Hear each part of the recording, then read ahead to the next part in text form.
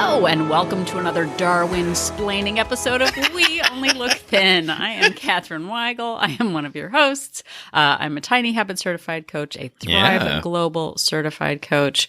I have lost over 100 pounds and kept it off for over 7 years. And with me today is Donald Weigel, and I can't wait to be Darwin-splained to during this episode. I have lost about 100 pounds. I've been kept it off for about 7 years now, and we are here to talk about it. Yeah, but before we talk about anything, we're going to go back to really the father of mansplaining. Turns out the father of mansplaining was Mr. Chuck D himself, Charles Darwin. Chuck I call him Chuck D. Oh, yeah. No, that's what most of the scientific community calls him, Chuck D. Okay, so Charles Darwin. Yeah. Right? You know, right, who he is. Okay. Right. So everybody kind of gets the angle that he was like, oh, he's the father of evolution. Blah. But, like, really? I think he just justified trying to be away from his family a lot. Oh, yeah. If you think about it. Yeah. Now, the more I think about it, the more I think I should try and follow in his. Oh, you should. Okay. Yeah. Yeah. He sounded like a real fun time. So yeah, I've got hanging out on an island with birds. I've got some things. Yeah. You know what he was doing? He was hanging out with birds on the Galapagos. Right. What he wasn't doing was hanging out with his 10 children and wife. Oh, seriously? In England. Well, he had 10. Whatever. But over the course of time, he had 10 kids. So at some point he was home. Yeah. But when he wasn't. He was home long enough to have 10 children. Yeah. But I looked up some interesting facts about Chuck D. Yeah, really? Which there's actually like a double Chuck D that's going to happen. You don't even know what it is. No, I don't even know. I can guess, though. Fun fact. Does it involve another guy wearing a clock around his neck? That was Flava Flav. Yeah, Chuck D did not wear clocks. But Chuck D and Flava Flav were partners. Okay, we'll talk about Chuck D. Chuck D later. But right now we're going to talk about this one. Okay, so first, fun time guy. He really enjoyed playing backgammon. Really? He played against his wife. I don't know that anyone's ever enjoyed playing backgammon. No, he was a fiend, and he counted how many times he won against his wife. He won like 1,700 times, and she won 1,200 times, which is like a really chill thing to do, is to count how many times you've won against your wife who is raising your 10 children. Well, I don't know if this is a reflection of a healthy relationship or not, but you and I, how many times have we played chess? One time. Exactly one. And how did that go? Not well. we were both so stressed about it. And I don't know who flipped over the chessboard first, but I don't think we even finished the game. We were just really like, fine, take my pawn. Yeah. Fine, that's totally classic Donald. Whatever. A woman who loved me wouldn't take my bishop. Okay, so Charles Darwin. Yeah. Okay, so he loved backgammon. He also, lesser known, even lesser, he loved barnacles. He was a barnacle guy. He spent 10 years researching barnacles, which, again, like, hey, I've got 10 kids. Would you change a nappy? No, I'm looking at barnacles. I feel like that makes me look pretty good right now. I mean, I collect Funko Pops, and it could be worse. It could be barnacles. Okay, he also liked... I could have like a display case full of barnacles. Yeah, no, that's not great. So again, I'm not saying that Emma was maybe his wife was maybe just like, okay, sure, yeah, go manage your barnacle collection. That's rad. But okay, so there was backgammon, there was barnacles.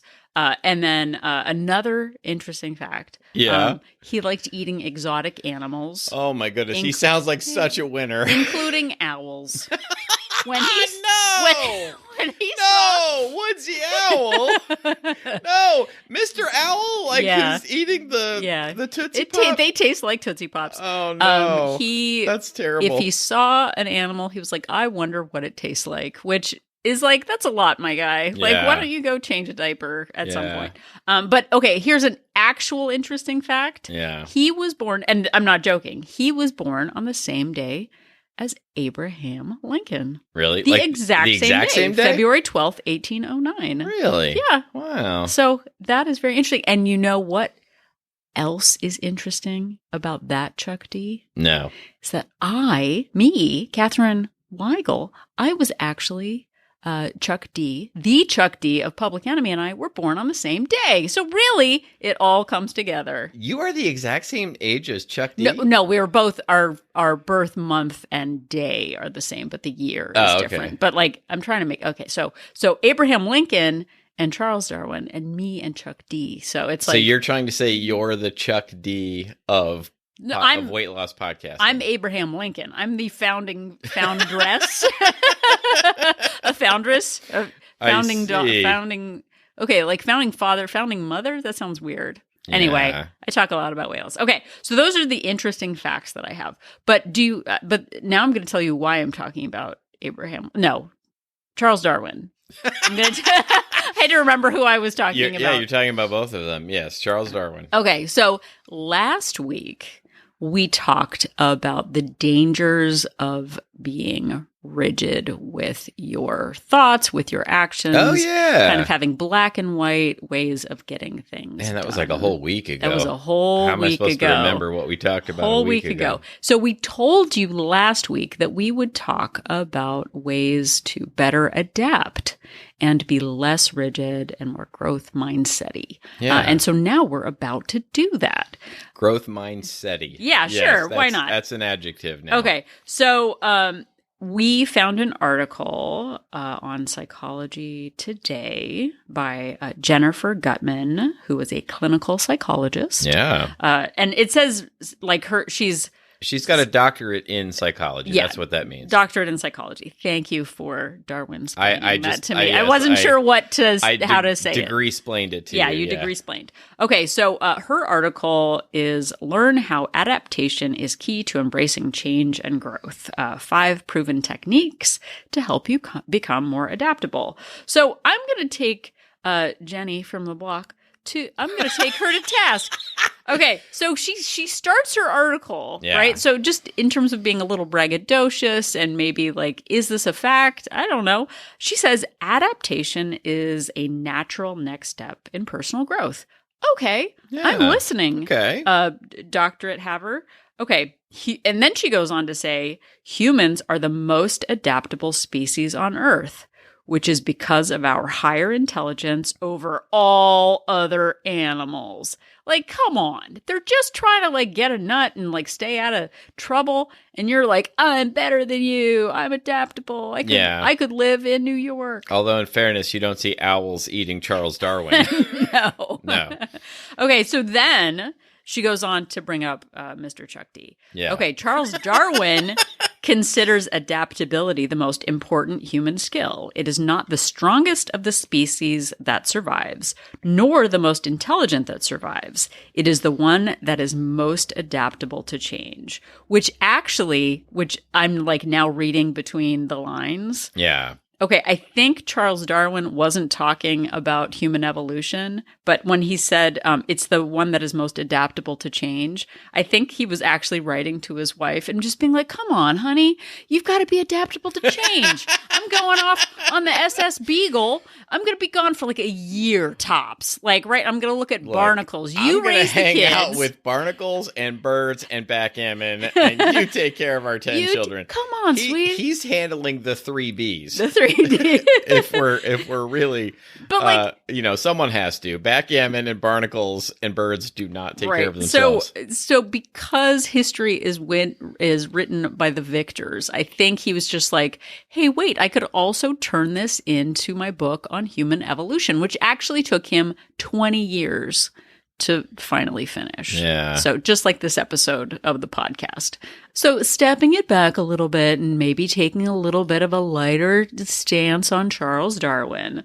Again, it is not the strongest of the species that survives, nor the most intelligent, but the one that is adaptable to change. So sure, you might have great ideas. Sure, you might be really strong and really capable, but if the world shows us anything, is that change happens all around us, whether we like it or not. And being able to adapt to change is where success comes in.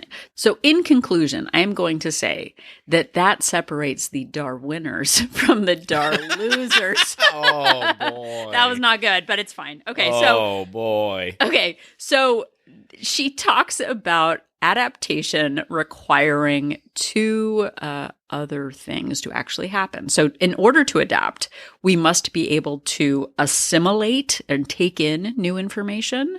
And then we have to be able to accommodate that new information and actually work it into our lives. So it's not only finding out new information, but it's like, okay, so now that I know this, how am I going to like rework my brain to be able to take advantage of the change? Yeah, and just to bring this around a bit to weight loss and fitness, how this manifests itself, and we talked more about it last week, is I hear people all the time, or I see them on Reddit, etc., say things like, I can only lose weight if I do this one thing, and I can't do it right now, so I can't do it.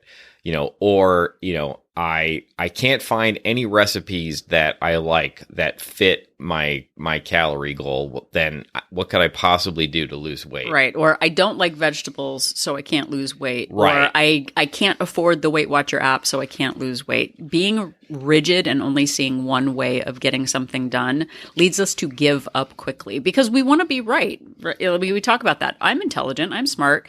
I know that this is the way. I can't do it, so there's no way. When really, there are lots of ways. Yeah, and what we're really doing is trying to get other people to validate our choice to not even try. Because it's a whole lot easier to not even try and just to say, well, I'm just this way. There's nothing I can do because I can't. I can't find a way to exercise that doesn't involve, pulleys and ropes, and so I can't do it. I don't know where I'm going with this. But pulleys and ropes. I think you're also building a pyramid. For some reason, it popped into my head like in the 70s and 80s, they had those those exercise like rope things that you would like hook onto a doorknob and you would pull back and forth. Like, I don't know why that popped into my head. It's like the only form of exercise I could think of at the moment. Well, but I think that when, again, we look at only one way of getting things done, and especially like this can be for broad ideas like I can't afford to do Weight Watchers, or, I can't afford a gym membership. But it also applies to literally like a change in our day. Yeah. I bought lettuce and the lettuce went bad. Day is ruined. Right. Like I can't possibly stick to my calories now. That immediate like revenge response. I'm actually listening to the audiobook Let Them, which is by Mel Robbins. Yeah. And she talks about sort of that amygdala part of your brain that is sort of that fight, flight, reactionary thing. You have something to say? Amygdala. Amygdala. Yeah, from Man with Two Brains, Emil Mahay. Sorry, that's like a reference. If you haven't seen Steve Martin's The Man with Two Brains, maybe don't, but it was funny at the time. But that sort of fight or flight gives us that, it takes away our executive functioning skills and our planning and our like good luck. Like, oh, well, that didn't work, so this could work. So I'll go back to the original poster, Jennifer Guttman, clinical psychologist, and go back to her 5 proven techniques to help you become. You down with OPG? Yes. Original poster Guttman. Yeah. Oh my gosh, we're the worst. You know what? You get what you get. That's what happens. Yeah. Fast forward if you don't like it. Yeah. So she says that there are 5 different proven ways, but that maybe, not all of them work for everyone, but if you can, as we're actually moving into the serious part of the podcast, everyone, pick one of these to start trying and see if it works for you. Because yeah. So, the next time you run into a situation and you're like, there's nothing I can do about this, try 1 to 5 of these 5 things to see if maybe you can come up with a solution for it. Yeah. So the first one is to ask additional questions. So this is kind of questioning yourself, questioning like, is what you're saying true? Are there alternatives? So she says, don't be afraid to step out of your comfort zone and ask questions. Asking questions will probably generate answers, which will require a new set of problem-solving skills. It will force you to adapt. The residual benefit is you will become more confident in your powers of adaptability. So again, when you're faced with a challenge, when you hear yourself saying, I can't do this, there's no other choice, this is the opportunity to counteract that with additional questions. So we're going to use a common thread through this, and we're going to use one question, and then or one kind of point of view, and then attack it. So again, the rigid thought, the inflexible thought. So here's this. Okay, I'm going to start. Here we go. Yeah.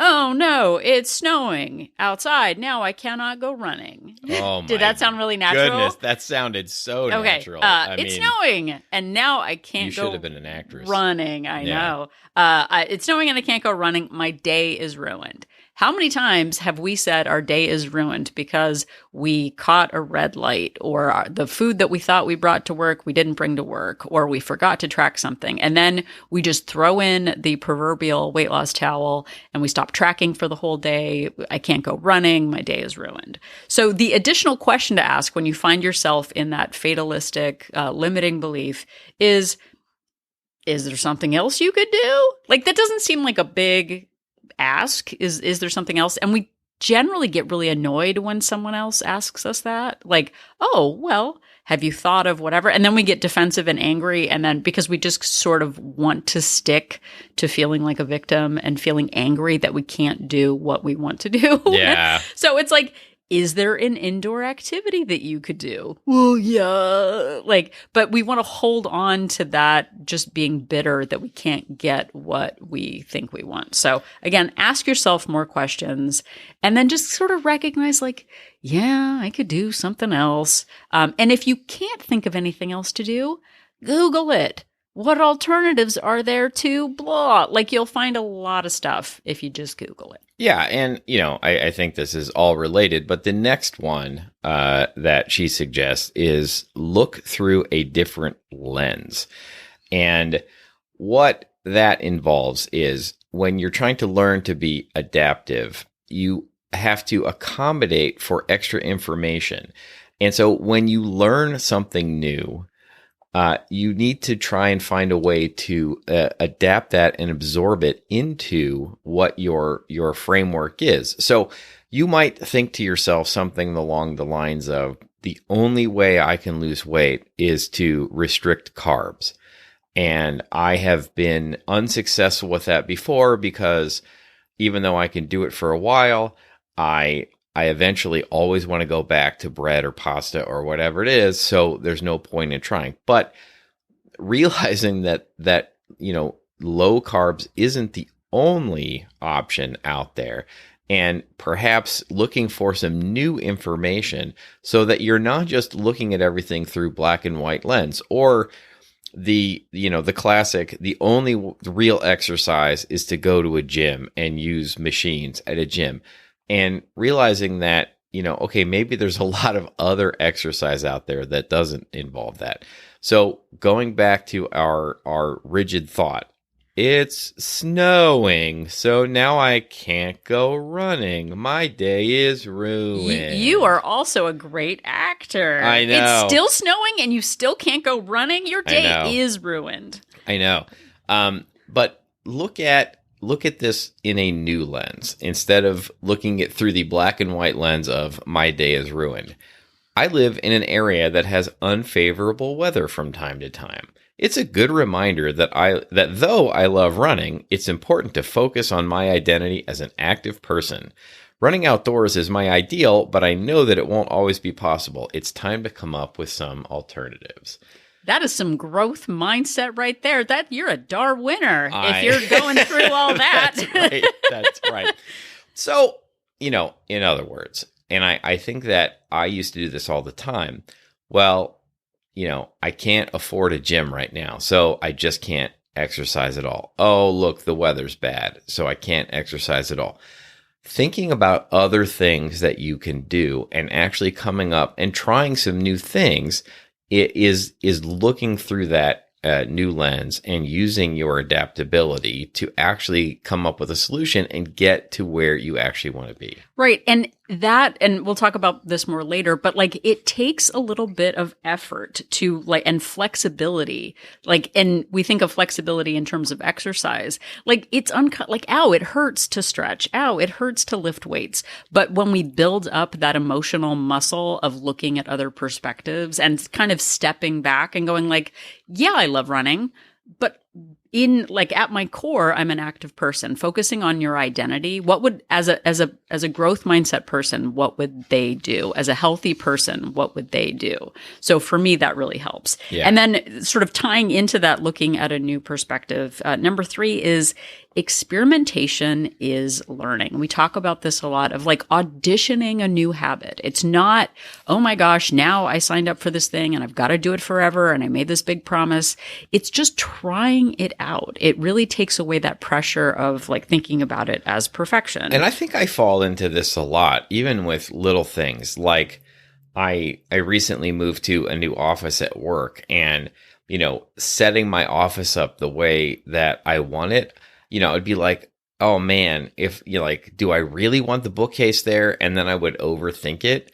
And, you know, like, but seriously, like, you know, sort of almost forgetting that, you know what, if I end up like in a couple of weeks deciding I don't like where the bookcase is, I can move it somewhere else. And I think we do that with weight loss and fitness a lot. It's like, we're like, oh, well, I don't know if I want to try Weight Watchers, or I don't know if I want to try the, you know, particular Lose It app or whatever it is, you know, calorie tracking app, because, you know, then what if I don't like it? Like you're not stuck with it forever, but it sometimes feels like once we commit to a plan that we have to stick to it forever, even if we don't like it. Well, and on a smaller level, our teen was headed out of town last week, and I was like, hey, do you want to stop and get a sandwich at Starbucks for the plane? And she was like, well, I don't know if I'm going to be hungry. Like, what if I'm not hungry? And I was like, okay, then don't eat it. Yeah. Like, well, but what if I'm not like it? And I'm like, then we'll throw it in the trash. Like, okay, like that is the worst that will happen, is that it won't get eaten. And you're not hungry. So great. Like, but letting go of that sort of like expectation of like, well, I should, and it's a waste. It's like, okay, well then just don't eat it. Especially with in the food world of like, oh no, I don't want to be wasteful. Hey, don't eat it. It's fine. So anyway, okay. So experimentation is learning. Embrace the opportunity to reframe your actions as experiments. So again, don't worry if the experiment doesn't turn out the way you hoped it would. Again, like in the scientific method, like sure you have a hypothesis, but don't get stuck on that. Oh, that isn't how it worked out. Okay, that's fine. So again, you have the power to make any action or experiment into a positive experiment, and therefore it's successful because you tried it and it worked. It didn't work. Yay! Now I know. So again, back to the DAR loser. Bridget thought, again, okay, it's still snowing and I can't go out running. My day is ruined. So experiment. A new gym just opened up in town, so maybe today is the right day to go check it out. Maybe I could run on the treadmill there. And if I don't like it, I can always try the YMCA. Or I could decide to learn to snowshoe instead. Yeah. Fun. Look at you snowshoeing around. I want to get snowshoes just to wear them because they look cool. I think they look like tennis rackets. They're stylish. Yeah, they do. Oh, I could just get 2 tennis rackets and strap them to my feet. Well, pickleball would be cooler for now. Oh, pickleball rackets? Yeah. Like strap those to my feet Sure. and call them snowshoes? But again, seeing it as an experiment, auditioning, a lot of times we feel like we have to live up to something else. Like, well, you know, am I going to fit in at the gym? Am I going to like this new product? Donald was just talking about whether or not he'd like delicious lentils just before this podcast. What if I don't like the lentils? And what if I buy the lentils and they're not good? And it's like, okay. This ad keeps coming up in my Instagram for these like instant lentils in a cup things. And they're 200 calories each. I mean, depending on which one you get. And like, I'm not trying to sell them because I haven't even tried them.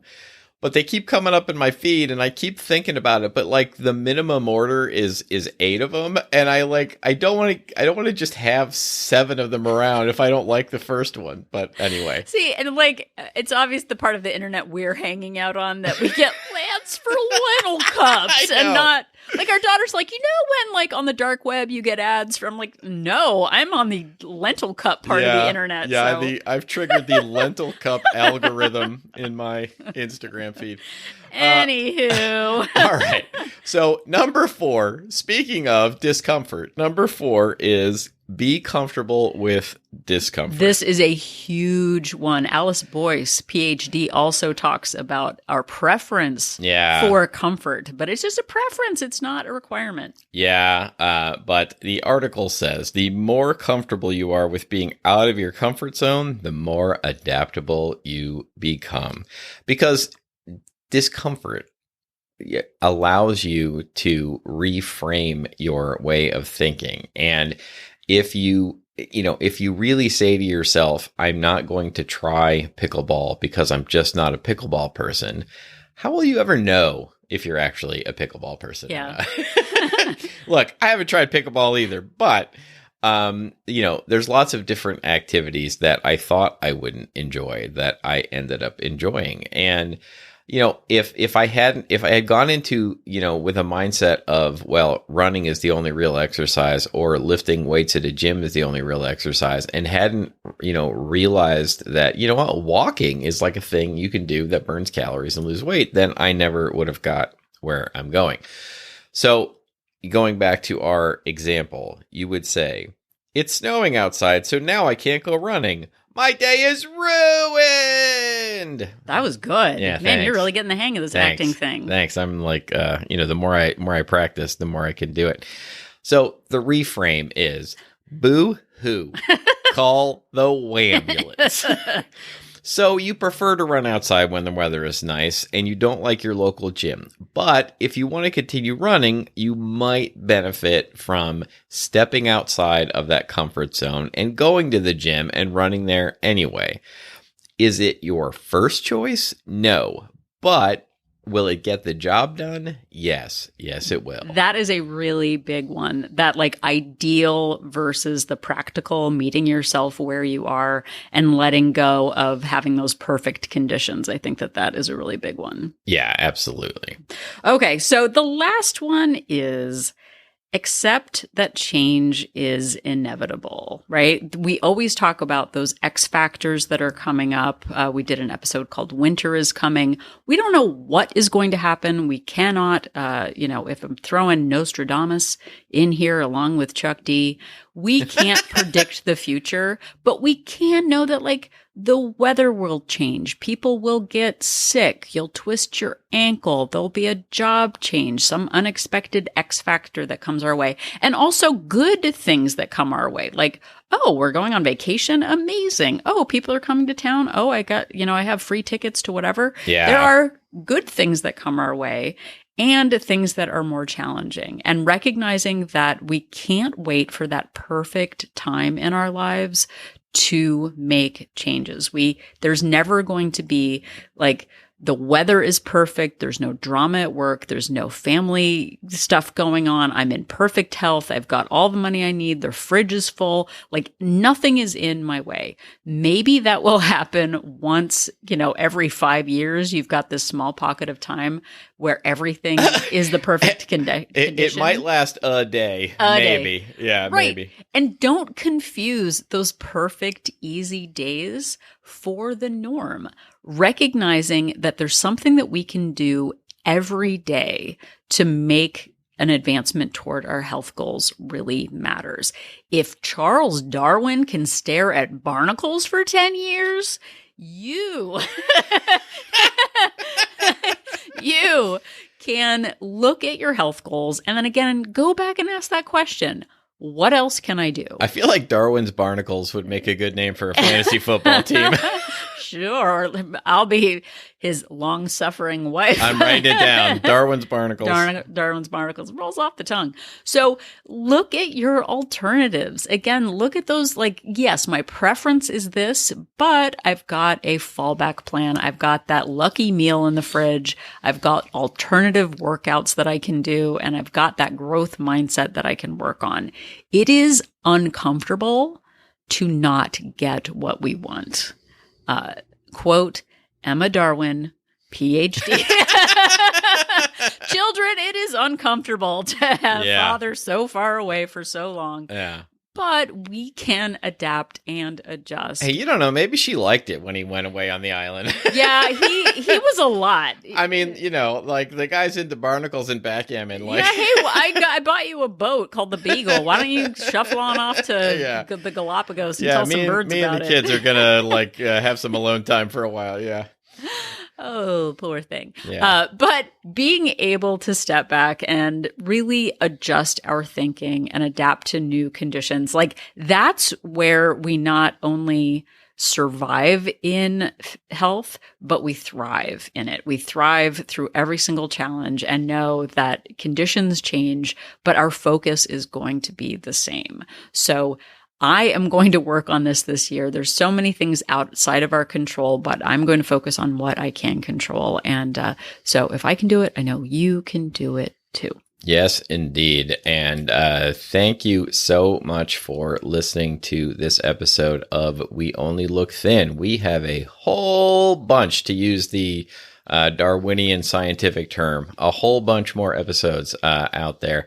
And you can find the most recent 300 wherever on all the major podcast platforms and wherever you found this one. And you can go all the way back to the first episode on both YouTube or on our website at any time at weonlylookthin.com. Yep. And if you head over to weonlylookthin.com and click on that link for join our support group, find out more about Wolt Place. We Only Look Thin Place is our Facebook-based accountability group. But I will step back and say it is our opportunity for you to join in weekly Zoom meetings with me. I did one last night. I am doing one tomorrow.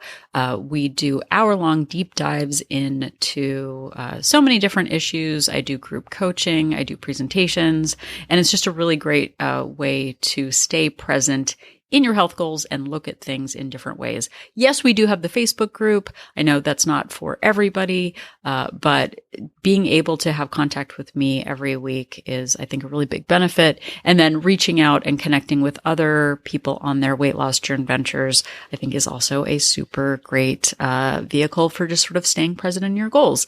We have 2 subscription options, a monthly subscription with a 3-day complimentary trial and a 3-month subscription with a 7-day complimentary trial to see if Wolt Place is right for you. So check it out. Yes, please check it out. And look, the Zooms are so good that sometimes I go into a different room and I Zoom call Catherine like just in to another act. room, just to feel like I'm also getting the benefits of a Catherine Weigel Zoom call. It's good stuff. He's a doof. He's actually just looking at fantasy football. Sorry, I called you a doof. That's not very nice. No, it's fair. Completely fair. I have earned the title. Anyway, also, if you would like to interact with us in other ways, you can find us on social media. We are on Instagram and Facebook at We Only Look Thin. Or if you prefer to send us an email, I was going to say lob an email, but that created a whole thing the last time. Send us an email. We appreciate getting episode suggestions. We'll do our best to answer your questions. If you just like to reach out and say hello, give us a shout out, you can do all of those things to weonlylookthin@gmail.com. Yep. And if you have a couple of extra minutes, head over to Apple Podcast and leave us a rating and a review. I actually just realized that people who are on Android can download the Apple podcast player. I did not know that. My mind is bottled. I know. It's bottled. It's mind bottling. Mind bottling.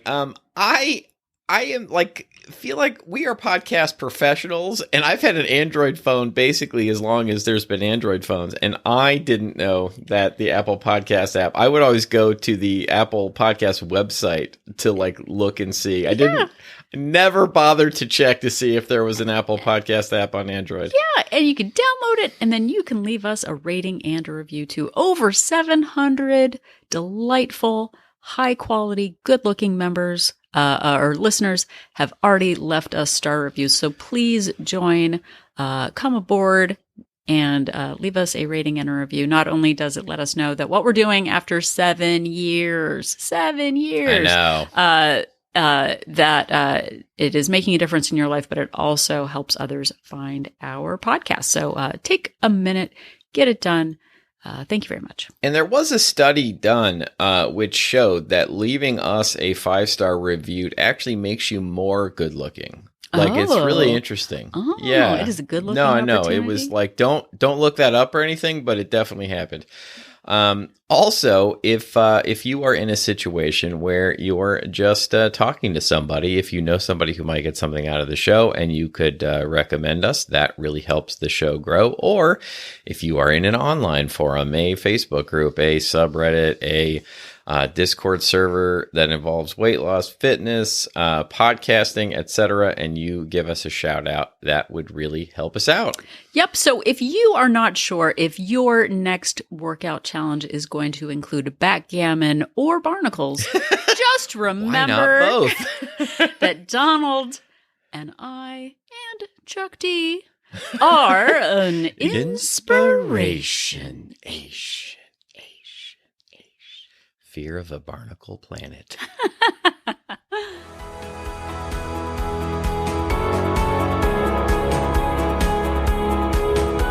The information that you hear on this podcast is for informational purposes only. The hosts are not medical professionals.